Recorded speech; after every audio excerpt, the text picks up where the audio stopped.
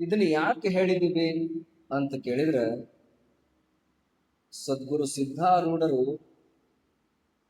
ಪುರುಷಾಂತಪ್ಪ ತಾಯಿ ದೇವಮಲ್ಲಮ್ಮನ ದಂಪತಿಗಳ ಉದರದಲ್ಲಿ ಹುಟ್ಟಬೇಕಾಗಿತ್ತು ಅಂದ್ರ ಆ ತಾಯಿಯ ಉದರ ಎಷ್ಟು ಪುಣ್ಯದಿಂದ ಕೂಡಿತ್ತು. ಯಾಕ ಈಗ ಸದ್ಯಕ್ಕೆ ನಮ್ಮ ದೇಶಕ್ಕೆ ಬೇಕಾಗಿರೋದು ಎಂಥವ್ರು ಅಂತ ಕೇಳಿದ್ರ, ವಿವೇಕಾನಂದರಂತವ್ರು, ಸಮರ್ಥ ರಾಮದಾಸರಂತವ್ರು, ಸದ್ಗುರು ಸಿದ್ಧಾರೂಢರಂತವ್ರು. ಅವ್ರು ಅಂತ ಮಹಾತ್ಮರು ಹುಟ್ಟಬೇಕಾಗಿತ್ತಂದ್ರ ತಂದೆ ತಾಯಿಗಳದು ಬಹಳ ಪುಣ್ಯ ಬೇಕ್ರಿ ಅದು. ಯಾಕ ಎಲ್ಲರ ಮನ್ಯಾಗನು ವಿವೇಕಾನಂದ್ರ ಅವ್ರ ಭುವನೇಶ್ವರಿ ತಾಯಿ ಹೊಟ್ಯಾಗ ಹುಟ್ಟಕ್ಕಿಂತ ಮಗಲ್ ಮನ್ಯಾಗ ಹುಟ್ಟಕ್ ಬರ್ತಿತ್ತಲ್ಲ. ಯಾಕ ಅವ್ರ ಹೊಟ್ಯಾಗ ಯಾಕೆ ಹುಟ್ಟಿದ್ರು? ಭೂಮಿ ಹೆಂಗ್ ಇರ್ತೈತಿ, ಬೆಳಿ ಹಂಗ ಬರ್ತೈತಿ.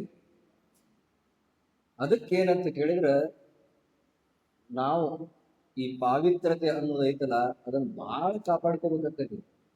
ಅದ್ ಬರೇ ಹೆಣ್ಮಕ್ಳಲ್ಲಿ ಅಷ್ಟ ಅಂತ ಅಲ್ಲ, ಎಲ್ಲರೂ ನಾನು ಹಿಡ್ಕೊಂಡು ಎಲ್ಲರಲ್ಲಿನೂ ಅದು ಅನ್ವಯ ಅದು. ಅದಕ್ಕೇನಂತ ಕೇಳಿದ್ರ, ಅಂತ ಪತಿವ್ರತ ಶಿರೋಮಣಿಯಾದ ದೇವಮಲ್ಲಮ್ಮ ಹಾಗೂ ಸದಾ ಪರಮಾತ್ಮ ಚಿಂತನೆಯಲ್ಲಿ ಇರ್ತಕ್ಕಂಥ ಪುರುಷಾಂತಪ್ಪನ ದಂಪತಿಗಳ ಉದರದಲ್ಲಿ ಸದ್ಗುರು ಸಿದ್ಧಾರೂಢರ ಜನನ ಆಯಿತು. ಈಗ ಏನಂತ ಕೇಳಿದ್ರ, ಚಾಳಕಾಪುರದಲ್ಲಿ ಸದ್ಗುರುವಿನ ಜನನ ಆಯ್ತು. ಜನನ ಅನ್ನೋಕ್ಕಿಂತ ಅವತಾರ ಆಯ್ತು. ಯಾಕ ನಮ್ಮದು ನಿಮ್ಮದೆಲ್ಲ ಜನನ ಆಗೈತಿ. ಮುಂದ್ ಒಂದ್ ಕಡೆ ಅಜ್ಜ ಹೇಳ್ತಾನ, ಏನ್ ಹೇಳ್ತಾನಂತ ಕೇಳಿದ್ರ, ಮಡಿವಾಳಪ್ಪ ಅಜ್ಜ ಕೇಳ್ತಾನ, ಅಲ್ಲ ನಿನ್ನ ಹೆಸರು ಆರೂಢ ಅಂತ ಹೇಳ್ತೀವಿ, ನಿನ್ ಮ್ಯಾಲಿಂದ ಬಿದ್ದದ ಅಂತ ಕೇಳ್ತಾನ ಅಜ್ಜಗೆ. ಹೌದಪ್ಪ, ನಾನು ತಾಯಿ ಉದರದಿಂದ ಹೊರಗೆ ಬಂದೇನೆ ಅನ್ನೋದು ಅದ ನಾಮ ಮಾತ್ರಕ್ಕೆ ಐತದು, ಆದ್ರ ನಾ ಮಾಯಾವರಣ ಮಾಡ್ಕೊಂಡ ಬಂದೇನೆ ಅಂತ ಅಜ್ಜ ಹೇಳ್ತಾನೆ ಅಲ್ಲಿ ಮಡಿವಾಳಪ್ಪ ಅಜ್ಜಗೆ. ಅದಕ್ಕೆ ಏನಂತ ಕೇಳಿದ್ರ, ಅವತಾರ ಯಾಕೆ ಆಗ್ತಾವು ಅಂತ ಕೇಳಿದ್ರ, ಭಗವಂತ ಹೇಳ್ತಾನೆ ಗೀತೆಯಲ್ಲಿ, ಯದಾ ಯದಾ ಹಿ ಧರ್ಮಸ್ಯ ಗ್ಲಾನಿರ್ಭವತಿ ಭಾರತ ಅಭ್ಯುತ್ಥಾನಮ ಧರ್ಮಸ್ಯ ತದಾತ್ಮಾನಂ ಸೃಜಾಮ್ಯಹಂ. ಯದಾ ಯದಾ ಹಿ ಧರ್ಮಸ್ಯ ಗ್ಲಾನಿರ್ಭವತಿ ಭಾರತ. ಯಾವಾಗ ಯಾವಾಗ ಈ ಭೂಲೋಕದಲ್ಲಿ ಧರ್ಮದ ಗ್ಲಾನಿ ಅಂದ್ರೇನು, ಧರ್ಮವನ್ನ ತುಳಿದು ಅಧರ್ಮ ಯಾವಾಗ ಮ್ಯಾಲ ಹೆಡೆ ಎತ್ತಿ ನಿಲ್ತೈತಿ, ಅವಾಗ ನಾನು ಈ ಮಹಾತ್ಮರ ರೂಪದಿಂದ ಅವತಾರ ತೊಟ್ಟು ಬರ್ತೀನಿ ಅಂತ ಹೇಳಿ ಭಗವಂತ ಕೈ ಎತ್ತಿ ಹೇಳ್ಯಾನ್ರಿ. ಅದಕ್ಕೇನಂತ ಕೇಳಿದ್ರ, ಅದೊಂದು ಪರ್ವ ಕಾಲ. ಆ ಕಾಲದೊಳಗ ಒಂದ್ ಕಡೆ ನಾಗಲಿಂಗಪ್ಪಜ್ಜ, ಒಂದ್ ಕಡೆ ಶರೀಫಜ್ಜ, ಒಂದ್ ಕಡೆ ಸಿದ್ಧಾರೂಢರು, ಒಂದ್ ಕಡೆ ಮಡಿವಾಳಪ್ಪಜ್ಜ. ಆ ಒಂದು ಟೈಮ್ ನೋಡ್ರಿ, ಅದನ್ನ ಆ ಒಂದೇ ಟೈಮ್ ನೋಡಕನೆ ಒಂದು 10-15 ಮಹಾತ್ಮರು. ಅದು ವಿಶೇಷ ಅಂದ್ರ ಉತ್ತರ ಕರ್ನಾಟಕ ಭಾಗದೊಳಗೆ ಒಂದು 10-15 ಮಹಾತ್ಮರು, ಎಲ್ಲ ಒಬ್ಬರಿಗಿಂತ ಒಬ್ರು ಹೆಚ್ಚಿನವ್ರು. ಅದ್ರೊಳಗೆ ಸಿದ್ಧಾರೂಢಪ್ಪ ಎಲ್ಲರಿಗಿಂತ ಹೆಚ್ಚಿನವ್ ಅಂತ ಜನನ ಆಯ್ತು. ಯಾಕಂತ ಕೇಳಿದ್ರ, ಧರ್ಮದ ಗ್ಲಾನಿ ಪರಮಾತ್ಮ ವಿಚಾರ ಮಾಡಿದಂತೆ. ಪ್ರತಿ ಸಲ ಅವತಾರ ತೊಟ್ಟು ಬಂದಾಗೆಲ್ಲ ದುಷ್ಟರನ್ನ ಸಂಹಾರ ಮಾಡಿದ್ವಿ, ಶಿಷ್ಟರನ್ನ ರಕ್ಷಣಾ ಮಾಡಿದ್ವಿ. ಪರಂತು ದುಷ್ಟರು ತಮ್ಮ ಪಾಪ ಗುಣದಿಂದ ಮತ್ತು ದುಷ್ಟರಾಗೆ ಹುಟ್ಟಾಕತ್ರ ಅವರು. ಯಾಕ ಪಾಪ ಮಾಡೇ ಈಗ ಅವ್ರ ನಾಶ ಆಗ್ಯಾರ. ಮುಂದ ಅವ್ರಿಗೆ ಚಲೋ ಜನ್ಮ ಬರ್ತೈತೇನ್ರಿ? ಯಾರ ಅಂತಃಕರಣದೊಳಗ ಪಾಪ ಐತಿ ಅವ್ರಿಗೆ ಮುಂದೆ ಚಲೋ ಜನ್ಮ ಬರಂಗಿಲ್ಲ. ಅದಕ್ಕೆ ಇವು ಪರಮಾತ್ಮ ಅವ್ರ ದುಷ್ಟರನ್ನು ಕೊಂದ್ರು ಕೂಡ ಮತ್ ದುಷ್ಟರಾಗಿ ಹುಟ್ಟಾಕತ್ರು. ದುಷ್ಟರಾಗಿ ಹುಟ್ಟಿ ಮತ್ತ ಸಾಧು ಸನ್ಯಾಸಿಗಳಿಗೆ ಹಿಂಸೆ ಮಾಡಕತ್ರು, ಒಳ್ಳೆ ಜನರನ್ನ ಕಾಡಕತ್ರು. ಅದಕ್ಕೆ ಅವ್ನು ಕೂತು ವಿಚಾರ ಮಾಡಿದ, ಹಿಂಗ್ ಮಾಡಿದ್ರೆ ಇದು ಸರಿಯಾಗಂಗಿಲ್ಲ, ಮತ್ ಏನ್ ಮಾಡ್ಬೇಕು ಅಂತ ಕೇಳಿದ್ರ, ನಾ ಇಂಥ ಒಂದು ಅವತಾರ ಧಾರಣ ಮಾಡ್ಬೇಕಲ್ಲ, ಆ ಅವತಾರದೊಳಗ ದುಷ್ಟರನ್ನ ಯಾರನ್ನೂ ಸಂಹಾರ ಮಾಡಂಗಿಲ್ಲ. ಮತ್ತೇನಂತ ಕೇಳಿದ್ರ, ಅವರಲ್ಲಿ ಇರುವಂತ ದುಷ್ಟ ಗುಣಗಳನ್ನ ಸಂಹಾರ ಮಾಡಿ ಅವರನ್ನು ಕೂಡ ಪುಣ್ಯಾತ್ಮರನ್ನಾಗಿ ಮಾಡ್ಬೇಕಂತ ತಿಳ್ಕೊಂಡು ಸಾಕ್ಷಾತ್ ಪರಶಿವನೇ ಸಿದ್ಧ ರೂಪದಿಂದ ಯಾವ ರಾಮನವಮಿ ಅಂತ ಧರೆಗಿಳಿದು ಬಂದ. ಅದಕ್ಕೆ ಏನಂತ ಕೇಳಿದ್ರ ಅಂತ ಒಳ್ಳೆ ಪುತ್ರನನ್ನ ಪಡಿಬೇಕಾಗಿತ್ತು ಅಂತ ಕೇಳಿದ್ರ ಮೊದಲು ನಾವು ಬಹಳ ಕರೆಕ್ಟ್ ಇರ್ಬೇಕಾಗತಿ. ಮಕ್ಕಳು ಅವ್ರು ಹೇಳಿದ್ರೆ ಕೇಳಂಗಿಲ್ರಿ. ನಮಸ್ಕಾರ ಮಾಡಿದ್ರೆ ಯಾರು ಮಾಡುದಿಲ್ಲ ಮಕ್ಕಳು, ನೋಡ್ರಿ ನೀವು. ನಾವು ಮಾಡಿದವ್ರ ಅವ್ರು ಮಾಡ್ತಾರೆ. ನಮ್ಮ ಎಲ್ಲಾ ಚಲನವಲನಗಳನ್ನ ಸೂಕ್ಷ್ಮ ನೋಡ್ಕೋತಿರ್ತಾರ ಅವ್ರು. ಇದು ಬಹಳ ಮುಖ್ಯ ಐತಿ. ಯಾಕ ಬಾಳ ಮಂದಿ ಹೇಳ್ತಾರ ನಮ್ಮ ಮಕ್ಕಳು ಹೊಡ್ಯಾಕತ್ಯಾರ್ರಿ, ಕುಡಿದು ಬಂದು ಹೊಡಿದಾನ್ರಿ. ನೀವ ಮಾಡಿದವ್ರು, ಯಾರು ಮಾಡಿದವ್ರು? ಮಕ್ಕಳ ಮುಂದೆ ಹೆಂಗ್ ನಡ್ಕೋಬೇಕು ಹಂಗ ನಡ್ಕೋಬೇಕು. ಮತ್ ನಮ್ಮ ಮಕ್ಕಳಲ್ಲಿ ದೊಡ್ಡವರಾಗೋ ಸಾಮರ್ಥ್ಯ ಇಲ್ಲ ಅಂತ ಯಾರು ತಿಳ್ಕೊಬಾರದು. ಬಸವಣ್ಣವ್ರು ಒಂದು ವಚನ ಬರೀತಾರೆ. ಏನಂತ ಕೇಳಿದ್ರ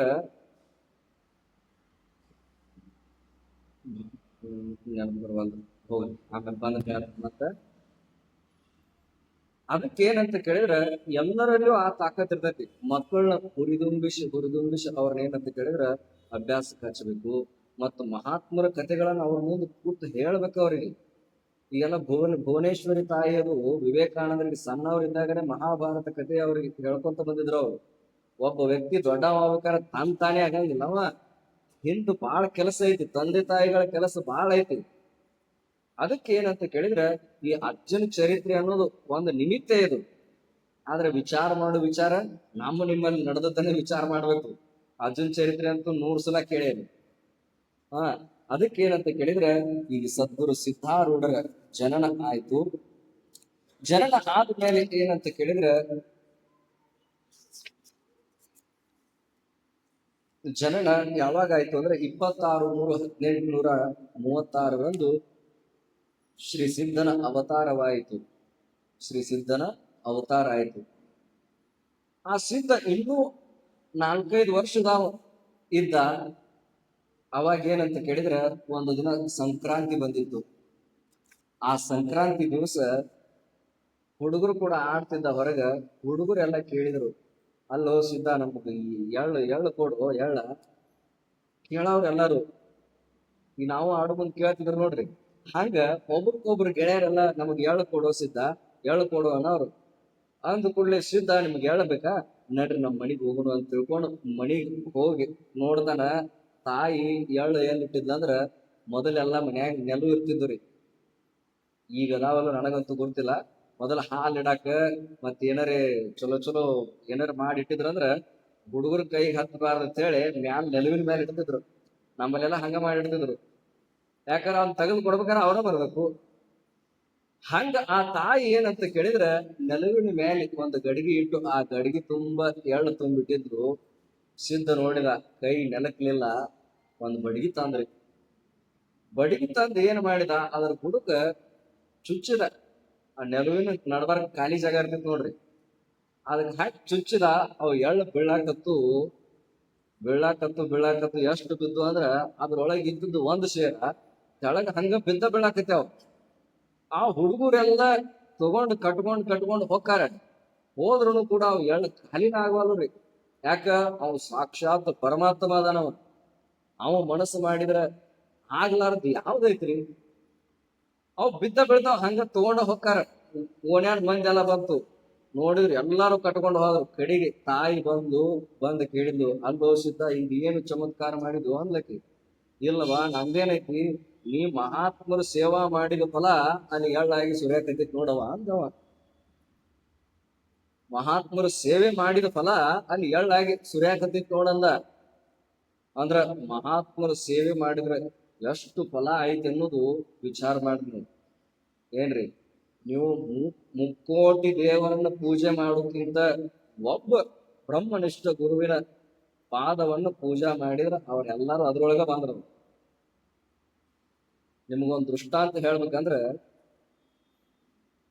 ಹಿಂದ ದ್ರೌಪದಿ ಅವ್ರ ಗೆಳೆಯರನ್ನ ಕರ್ಕೊಂಡು ನದಿಗೆ ನೀರ್ ತರಾಕಂತ ಹೋಗಿದ್ಲು. ಅಲ್ಲಿ ಏನಂತ ಕೇಳಿದ್ರ ದುರ್ವಾಸ ಮಹರ್ಷಿಗಳು ನದಿ ಒಳಗೆ ಸ್ನಾನ ಮಾಡಕತ್ತಿದ್ರು. ಅಂದ್ರ ಮಹಾತ್ಮರ ಸೇವೆ ಅವ್ರ ಸಂಸರ್ಗ ಆದ್ರೆ ಏನ್ ಲಾಭ ಆಕತಿ ಅನ್ನೋದು ಹೇಳ್ತೇನ್ರಿ ನಿಮ್ಗೆ. ನೋಡಿದ್ರು ಅಲ್ಲಿ ಇನ್ನೇನ ಅವ್ರ ದುರ್ವಾಸ ಮಹರ್ಷಿಗಳು ಹೊರಗೆ ಬರ್ಬೇಕು, ಅವ್ರ ಕಾಲ್ ನಮಸ್ಕಾರ ಮಾಡಿ ನಾವು ಮುಂದೆ ಹೋಗ್ಬೇಕಂತೇಳಿ ಎಲ್ಲಾರು ಕೂಡಿ ನಿಂತರು. ದುರ್ವಾಸ ಮಹರ್ಷಿಗಳಿಗೆ ಏನಾಗಿತ್ತು, ನದಿ ಸೆಳವು ಹೆಚ್ಚು ಇದ್ದಿದ್ರಿಂದ ಅವ್ರ ಕೈಪ ಹರ್ಕೊಂಡು ಹೋಗಿತ್ರಿ. ಅವ್ರು ನಗ್ನಾಗಿ ಬಿಟ್ಟಿದ್ರು. ಆ ತಾಯರೇ ನಾ ನಮಸ್ಕಾರ ಮಾಡಿ ಹೋಗ್ಬೇಕಂತ ಹಾಕಿದ್ರು. ಇವರರೇ ಗತ್ತಲೆ ಆಗ್ಯಾರ.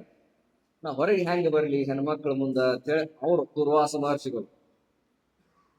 ಮುಂದೆ ಏನಾಯ್ತು ಅಂದ್ರ ದ್ರೌಪದಿ ಒದರಿ ಹೇಳಿರು, ಗುರುಗಳೇ ಬರ್ರಿ, ನಾವು ನಿಮ್ಗೆ ನಮಸ್ಕಾರ ಮಾಡಿ ಹೋಗ್ಬೇಕಂತ, ನಿಮ್ಮ ಆಶೀರ್ವಾದ ತಗೊಂಡು ಹೋಗ್ಬೇಕಂತಿದ್ದೀವಿ ಬರ್ರಿ ಅಂತ. ಅವರು ಇಲ್ಲವಾ ತಂಗಿ, ನಾ ಬರೋ ಸ್ಥಿತಿ ಒಳಗಿಲ್ಲ, ನಂದು ಕೌಪಿ ನಾ ಹರ್ಕೊಂಡು ಹೋಗೈತಿ ಅಂದಾಗ ಆ ದ್ರೌಪದಿ ಏನು ಮಾಡಿಳು ಅಂತ ಕೇಳಿದ್ರ, ತನ್ನ ರೇಷ್ಮೆ ಸೀರಿನ ಹರದ ಆ ದುರ್ವಾಸ ಮಹರ್ಷಿಗಳಿಗೆ ನೀರಾಗ ಹೋಗದ್ಲು.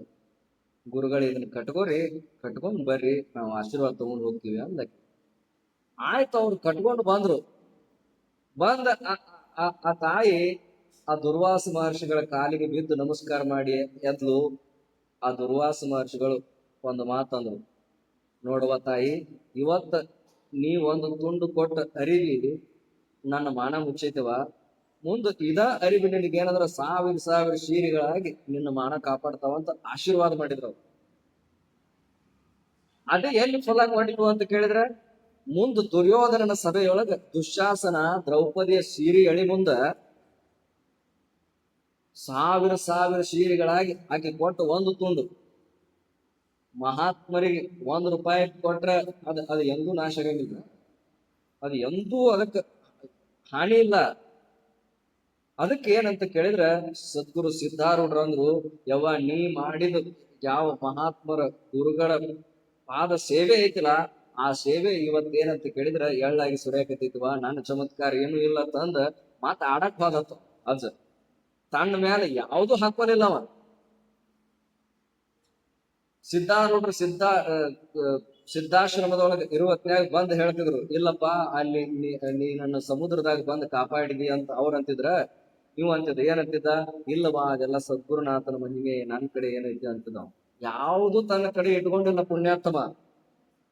ಅದಕ್ಕೆ ಏನಂತ ಕೇಳಿದ್ರೆ ನಾವ್ ಹೆಂಗಿರ್ಬೇಕಂದ್ರ ಸೇವಾ ಮಾಡುವಕ್ಕಾಗಿ ಸೇವೆ ಮಾತ್ರ ಇರ್ಬೇಕಾಗಿ, ಅಲ್ಲಿ ಬಯಕೆಗಳು ಬೇಡ. ಯಾಕಂದ್ರೆ ನೇಮ್ ಐತಿ. ಏನ್ ನೇಮ್ ಐತಿ ಅಂತ ಕೇಳಿದ್ರ, ಪ್ರಾರಬ್ಧ ಪಹಲೆ ರಚೆ ಪೀಚೆ ರಚೆ ಶರೀರ. ಯಾವುದಕ್ಕೂ ನಮ್ ಬೇಡಿಕೆ ಇಡೋ ಅವಶ್ಯಕತೆ ಇಲ್ಲ. ಈಗ ನಾವು ಐಶ್ವರ್ಯ ರಯ ಸಿಗಲಿ ಅಂತಾನಪ್ಪ, ಸಿಗ್ತಾಳಲ್ಲ ಐಶ್ವರ್ಯ ರಯ? ಸಿಕ್ಕಾಕಿಗೆ ಐಶ್ವರ್ಯ ರಯ ಅನ್ಬೇಕವ. ಬಯಸುದ್ರಾಗ ಅರ್ಥ ಇಲ್ಲ ಅಂತ ನನ್ ಮಾತಿನ ಅರ್ಥ ಏನು, ಬಯಸುದ್ರಾಗ ಅರ್ಥ ಇಲ್ಲ. ಯಾಕ? ನೇಮ ಏನು, ಇವನಿಗೆ ಆಯುಷ್ಯ ಎಷ್ಟು, ಇವ್ ಎಷ್ಟು ಶ್ರೀಮಂತ ಆಗ್ಬೇಕು, ಇವನಿಗೆ ಎಷ್ಟು ವಿದ್ಯೆ, ಎಲ್ಲಾದ ಮೊದಲೇ ಫಿಕ್ಸ್ ಐತದು. ಅದ್ರ ಮ್ಯಾಲ ಮತ್ತ ಬೇಡಿಗೆ ಹೋದ್ರೆ ಏನಾಕತಿ, ವೇಸ್ಟ್ ಅದು. ಅದ್ರ ಬದ್ಲಿ ಏನ್ ಮಾಡ್ಬೇಕಂತ ಕೇಳಿದ್ರ, ಸೇವೆ ಅಂದ್ರ ಸೇವೆ, ನನಗೇನು ಬೇಕಾಗಿಲ್ಲ, ನಾ ಸೇವಾ ಮಾಡ್ತೀನಿ. ಹಿಂಗ ಸೇವಾ ಮಾಡಿದ್ರ ಅವ್ ಭಗವಂತ ಏನಾರು ಬಿಡ್ತಾನನ್ರಿ? ನಮ್ಮ ಅಜ್ಜ ತಲಿ ಮ್ಯಾಲ ಬೆಂಕಿ ಇಟ್ಟವ್ರನೇ ಮತ್ತ ತನ್ನ ಕಡೆ ಕರ್ಕೊಂಡು ಅವ್ರನ್ನ ಉದ್ಧಾರ ಮಾಡಿದವ. ಮತ್ ನಾವು ನನಗೆ ಏನು ಬೇಡಪ್ಪ ನೀನು ಸೇವಾ ಮಾಡ್ತಂದ್ರ ಬಿಡ್ತಾನನ್ರಿ ಕೈ? ಅದಕ್ಕೆ ಏನಂತ ಕೇಳಿದ್ರ, ಮೊಟ್ಟ ಮೊದಲು ತಿಳ್ಕೊಬೇಕು ಏನಂತ, ದೇವ್ರ ಮುಂದೆ ಹೋಗಿ ಏನು ಬೇಡಂಗಿಲ್ಲ. ಮತ್ ಏನ್ ಮಾಡ್ಬೇಕ್ರಿ ಸ್ವಾಮಿಗಳ ಅಂತ ಕೇಳಿದ್ರ, ಬೇಡಬೇಕು. ಏನ್ ಬೇಡಬೇಕು? ಭಕ್ತಿ, ಜ್ಞಾನ, ವೈರಾಗ್ಯ. ಇವು 3 ಬೇಡ್ ನೋಡ್ರಿ, ನೀವು ಮನಸ್ಸು ಇಷ್ಟು ಸಮಾಧಾನ ಆಕೈತಿಲ್ಲ.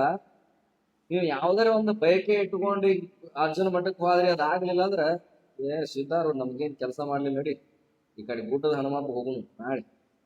ಮತ್ ಅವನು ಕೆಲಸ ಮಾಡ್ಲಿಲ್ಲ ಅಂದ್ರ ಈ ತೆಗ್ನ್ಯಾನ ಎಲ್ಲ ಹೋಗಿ ಬರ್ತಾಕ.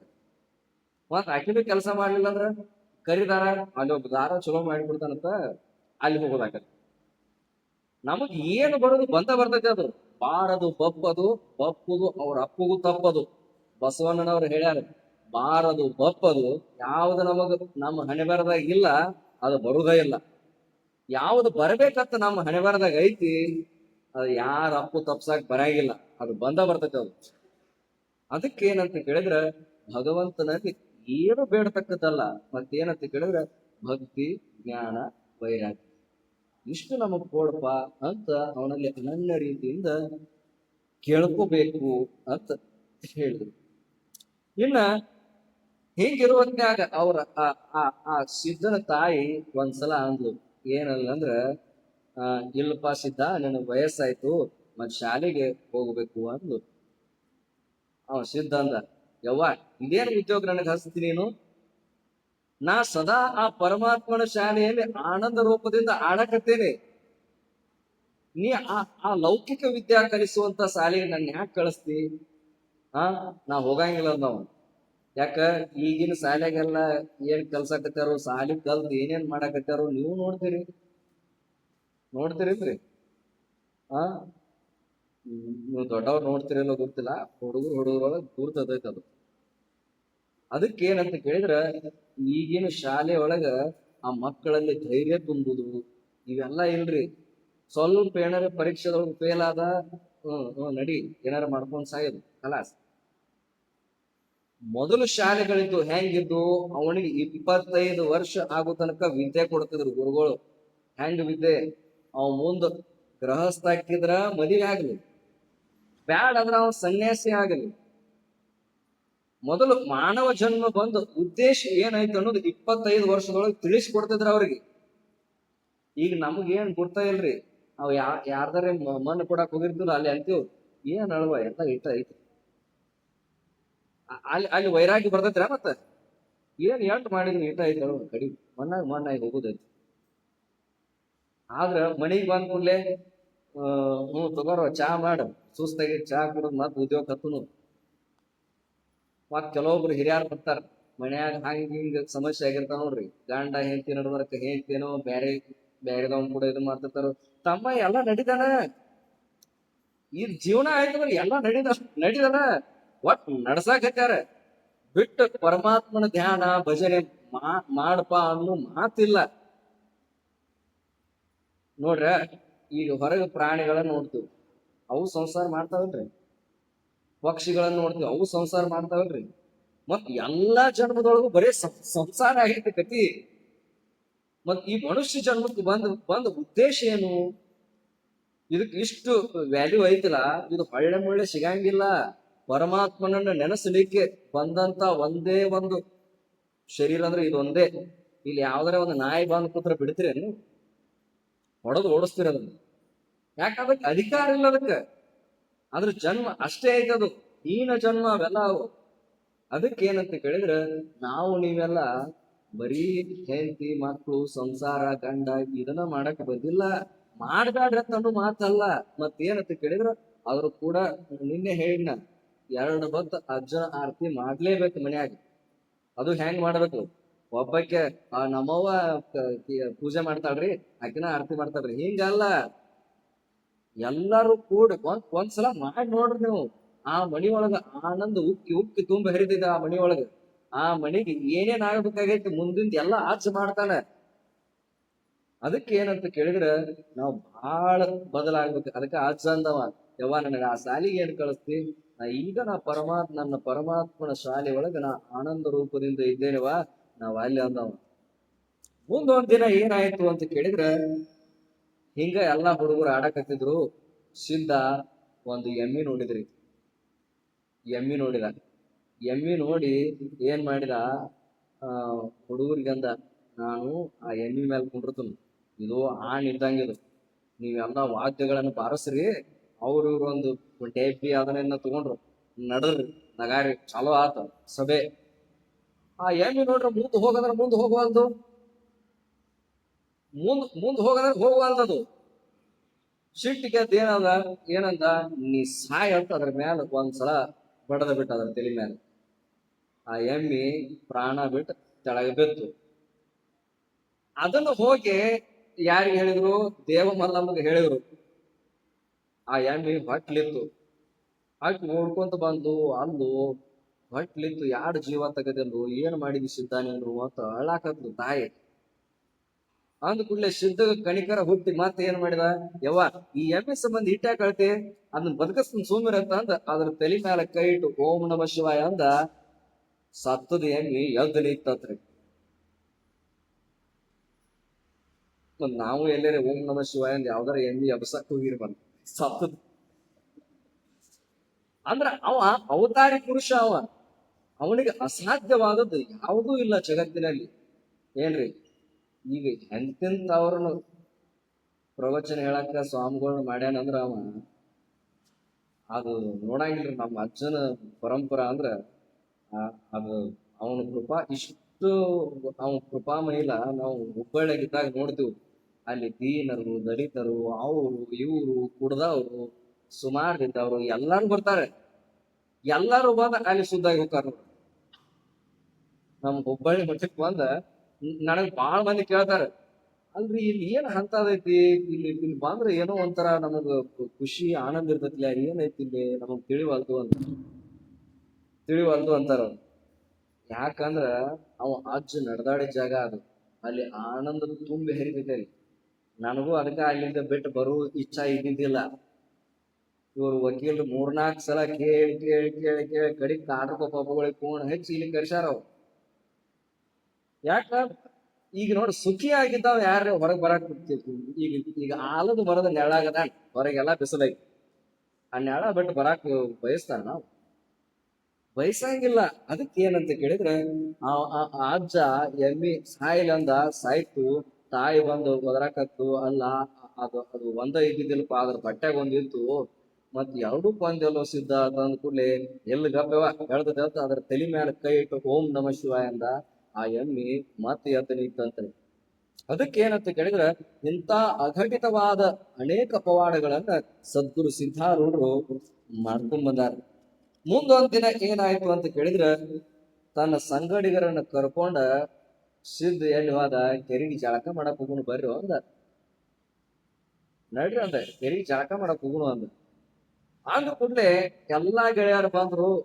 ಅವ್ರ ನಡ್ಬಾರ್ಕ ಒಬ್ಬ ಈಜ್ ಬರ್ಲಾರ್ದ ದೇವದತ್ತ ಅನ್ನೋ ಗೆಳೆಯನ ಒಬ್ಬ ಇದ್ದ, ಈಜ್ ಬರ್ಲಾರ್ದಂತಾವ್.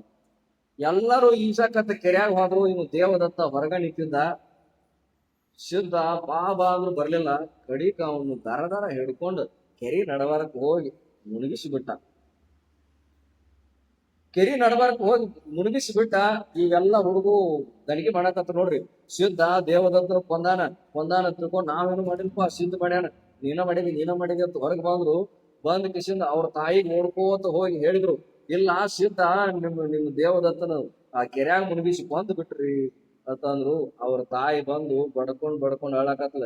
ಸಿದ್ಧ ನನ್ನ ಮಗನ ಯಾಕೆ ಕೊಂದ್ಯೋ ಅಂತೇಳಿ ಬಡ್ಕೊಂಡ್ ಅಳಕತ್ಲು. ಅಳಕತ್ ಕೂಡ್ಲೆ ಆ ತಾಯಿ ದುಃಖ ನೋಡಿ ಸಿದ್ಧನಿಗೆ ಕನಿಕರ ಬಂತು. ಹೇಳಿದವ, ಯವ ತಾಯಿ, ನಿನ್ನ ಮಗನ ನಾನು ಕೊಂದಿಲ್ಲ, ಮತ್ತೇನಂತ ಕೇಳಿದ್ರ ಅವನು ಭಯವನ್ನ ನಾಶ ಮಾಡೇನಿ. ಈಗ ಭಯ ಹೋಗಿ ನಿರ್ಭಯ ಆಗ್ಯಾನವ. ನೀ ದೇವದತ್ತ ಅಂತ ಕೂಗು ಬರ್ತಾನತ್ತಂದ. ಅಂದ ಕೂಡ್ಲೆ ಆ ತಾಯಿ, ದೇವದತ್ತ ಎಲ್ಲಿದೀಪ ಬಾ ಅಂತ ಕೂಗಿದಾಗ ಆ ದೇವದತ್ತ ನಡಬರ್ಕ್ ನೀರ್ನೆ ಅಂದ ಎದ್ದು ದಂಡಿಗೆ ಬಂದತ್ರಿ.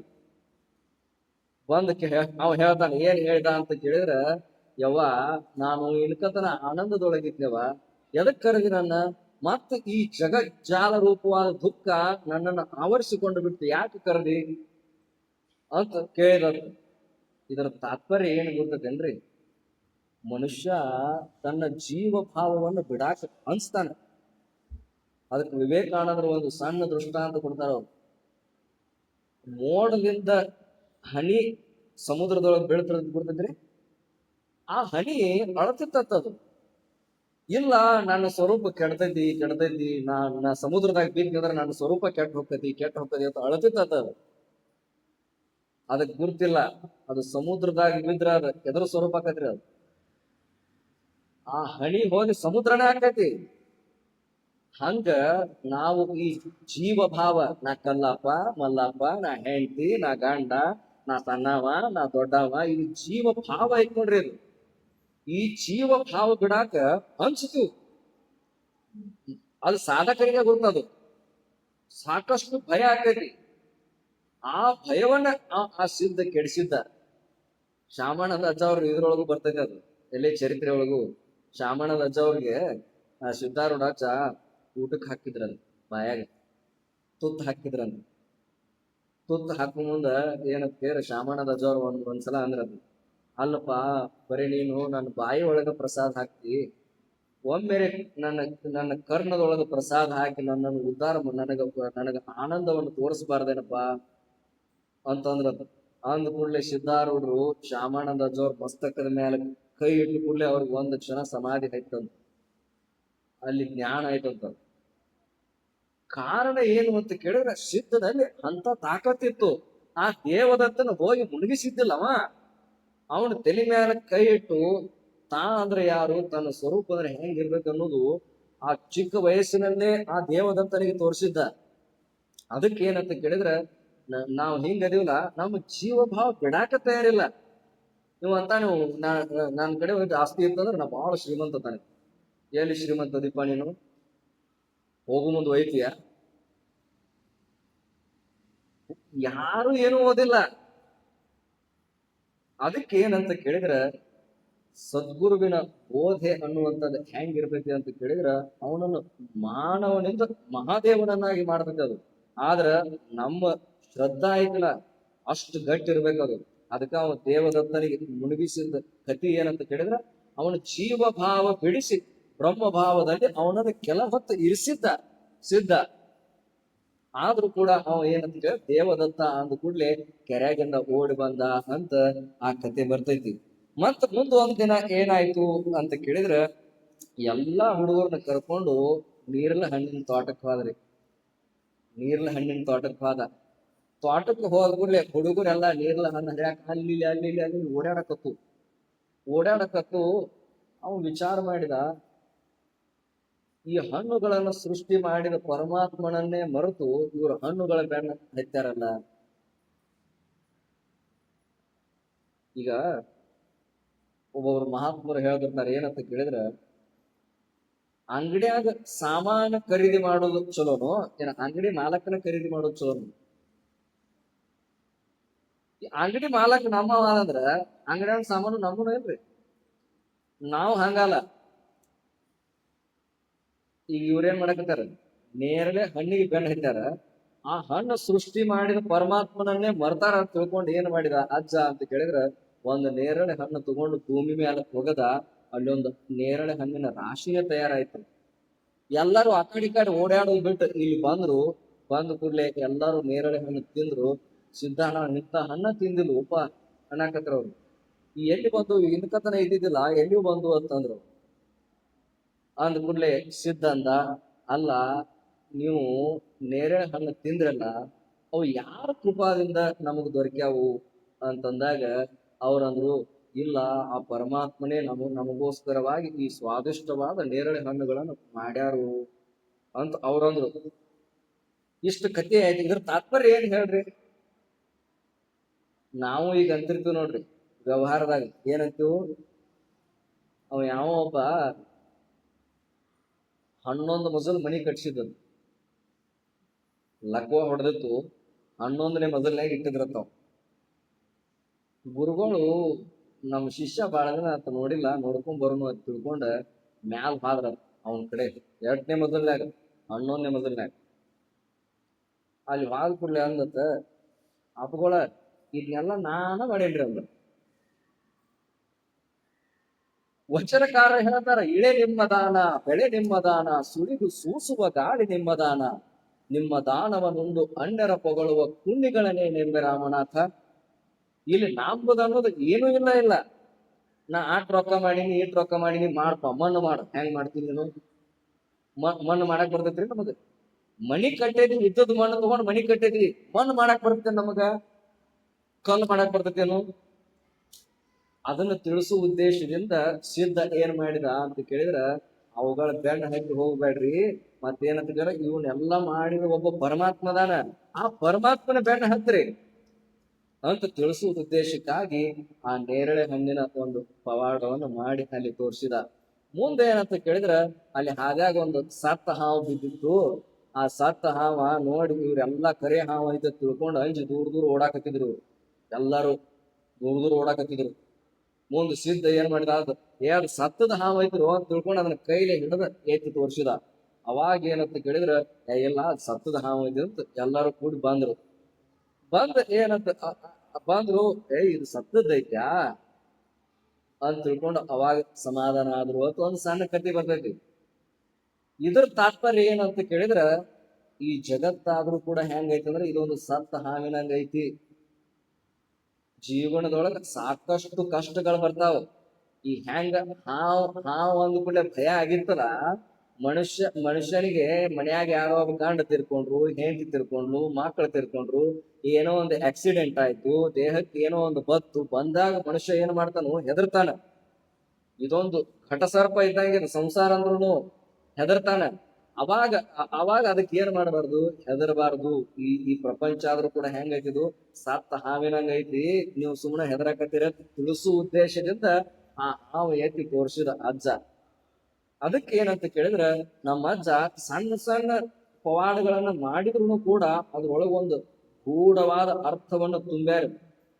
ಅಂತ ಮಹತ್ತರವಾದ ಈ ಚರಿತ್ರೆ ಐತಿ. ಅದಕ್ಕೆ ಏನಂತ ಕೇಳಿದ್ರ, ನಮ್ಮ ಅಜ್ಜನ ಚರಿತ್ರೆಯಲ್ಲಿ ಈ 2ನೇ ಅಧ್ಯಾಯ ಇವತ್ತಿಗೆ ಸಮಾಪ್ತಿ ಆಯ್ತು.